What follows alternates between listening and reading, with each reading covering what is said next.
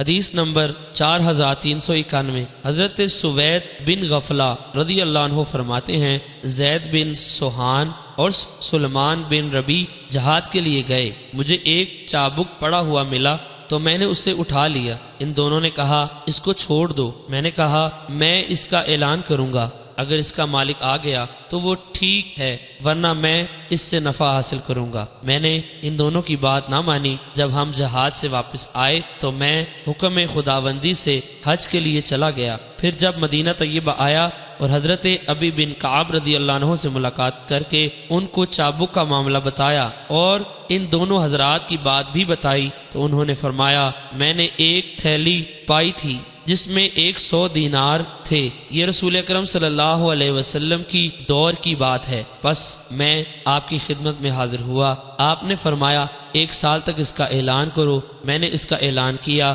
لیکن اس کی شناخت کے لیے کوئی نہ آیا، پھر میں حاضر ہوا تو آپ نے فرمایا 1 سال تک اس کا اعلان کرو، میں نے اس کا اعلان کیا لیکن اس کی پہچان کے لیے کوئی نہ آیا، پھر حاضر ہوا تو آپ نے فرمایا 1 سال تک اس کا اعلان کرو، میں نے اس کا اعلان کیا تو اس کی شناخت کرنے والا کوئی نہ پایا۔ رسول اکرم صلی اللہ علیہ وسلم نے فرمایا ان کی تعداد، تھیلی اور سربند کی شناخت کو یاد رکھو، اگر اس کا مالک آ جائے تو ٹھیک ہے ورنہ اس سے نفع حاصل کرو۔ میں نے اس سے نفع حاصل کیا۔ اس کے بعد مکہ مکرمہ میں میری ان سے ملاقات ہوئی تو انہوں نے فرمایا مجھے یاد نہیں 3 سال تھے یا 1 سال۔ حدیث نمبر 4392، حضرت سوید بن غفلہ رضی اللہ عنہ سے مروی ہے، فرماتے ہیں میں زید بن سوہان اور سلمان بن ربی کے ساتھ نکلا تو میں نے ایک چابک پائی، اس کے بعد انہوں نے ان الفاظ تک حسب سابق بیان کیا کہ میں نے اس سے فائدہ اٹھایا۔ حضرت شعبہ فرماتے ہیں میں نے 10 سال بعد ان سے سنا، انہوں نے فرمایا 1 سال تک اس کا اعلان کرو۔